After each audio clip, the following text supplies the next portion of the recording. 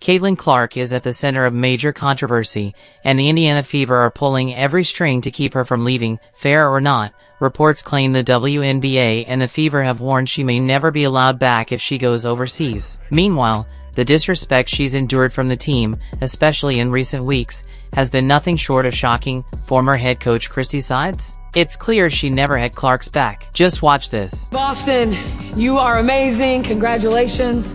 What an amazing thing for you and for our franchise, you being Rookie of the Year. Everything you've done for us, you've made us better. You're going to continue to make us better. But congrats. So proud of you. You deserve every bit of that. Just wanted to say congratulations on Rookie of the Year. You've worked extremely hard to get this and to earn this award. Congratulations. She gave Aaliyah Boston a heartfelt, glowing tribute, but when it came to Caitlin Clark, barely a nod. Just a quick 10-second speech and that was it. And it gets worse. Caitlin has publicly said, multiple times, that she's not getting advice or guidance from her teammates. None. The support just isn't there. It's becoming painfully obvious.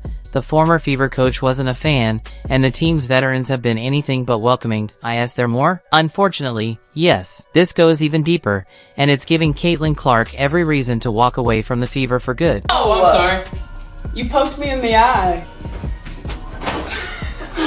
You did. I did not poke you. Did you do it on purpose? I did not poke you in the eye. That was Nalissa Smith's girlfriend mocking Caitlin Clark's black eye on social media. The disrespect? Off the charts. And the Fever's silence? Even louder. It's like the WNBA has no idea what's going on, or worse, they do, and they're letting it happen. Let's be real. If Caitlin Clark walks, the league takes a massive hit. The Fever? Right back to where they were, dead last, praying for another #1 pick. Now, breaking headlines reveal a massive offer from a European powerhouse. But this isn't just about money, though the paycheck alone would tempt any star. This is bigger. This is about respect, support, and a chance to thrive overseas. Elite players are treated like royalty, with resources, love from the fans, and a culture built around elevating talent. For Caitlin, it could be a game-changing move, and honestly, who could blame her? A team overseas who would love to snatch Caitlin Clark away from us and give her a crazy offer. I mean, Ice Cube was about to give her $5 million to play in less than 10 games. And the kind of respect and adoration their players receive is different from what the WNBA has offered her, especially considering the struggles she's faced within the league. For Caitlin, this is not just about earning a big paycheck, it's about feeling valued in ways she hasn't felt within the WNBA. Player in the country. To the media or me? As you see it. I feel like I'm the best player in the country. Europe isn't just offering Caitlin Clark a bigger paycheck, it's offering her something far more valuable: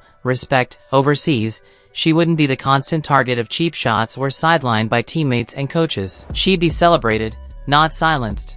The chance to play abroad isn't just a career move, it's a lifeline away from the toxic environment that's been dragging her down. And let's be clear, Caitlin's decision isn't just personal, it's a crisis for the WNBA. This league, after years of struggling to break through, finally got its spark with Caitlin Clark. She brought everything: media buzz, skyrocketing viewership, packed arenas, and a level of cultural relevance the league hadn't seen in decades. If she leaves, all of that goes with her. The momentum she gave the WNBA? Gone. The credibility she brought? At risk. Without her, the league doesn't just lose a star, it loses the very heartbeat of its recent rise. Her departure would set the WNBA back years, both financially and in the public eye. Worse, it might prove that even the league's brightest stars aren't safe from the dysfunction it has long refused to fix. Decide what they want to do. We can point out how wrong it is.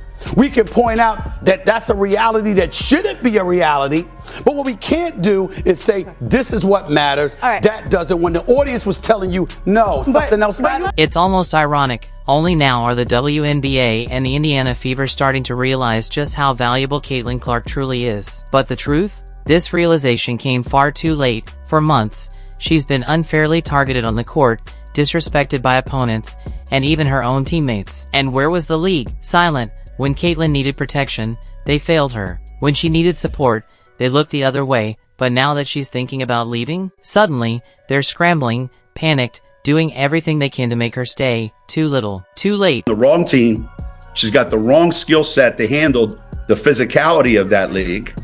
Caitlin Clark is locked into a 4-year contract with the Indiana Fever, but behind the scenes, they're doing everything they can to trap her into staying. Whispers have already started. If she leaves for Europe, they say she'll be fired. Worse, she could be banned from ever playing in the WNBA again. This desperate, heavy-handed tactic only proves how much they need her, but it's a strategy that could blow up in their faces. If the WNBA truly wants to keep Caitlin, they should be working to make her feel respected and supported, not threatening her for exploring better opportunities. And after the way she's been treated all season, it's almost laughable. Instead of offering the protection and recognition she's earned, they're doubling down on their own failures, trying to force her to stay when she clearly has one foot out the door. Act like there isn't or hasn't been legitimate resentment emanating from those who are pioneers. Nobody's fooled here. You got pundits who used to play in the WNBA, some of them who didn't, and who was speaking on behalf of those who didn't want to create that kind of noise themselves because of the negative impact. We talk about it when the men do it. If we detect jealousy, if we detect envy, if we detect resentment, and it's amongst the fellas, we put it out there. Shit, we act like it's the latest episode of General Hospital. But when the ladies are feeling that way about another young lady like Caitlin Clark, and people like myself and Shay Shay call it out, suddenly it's a problem.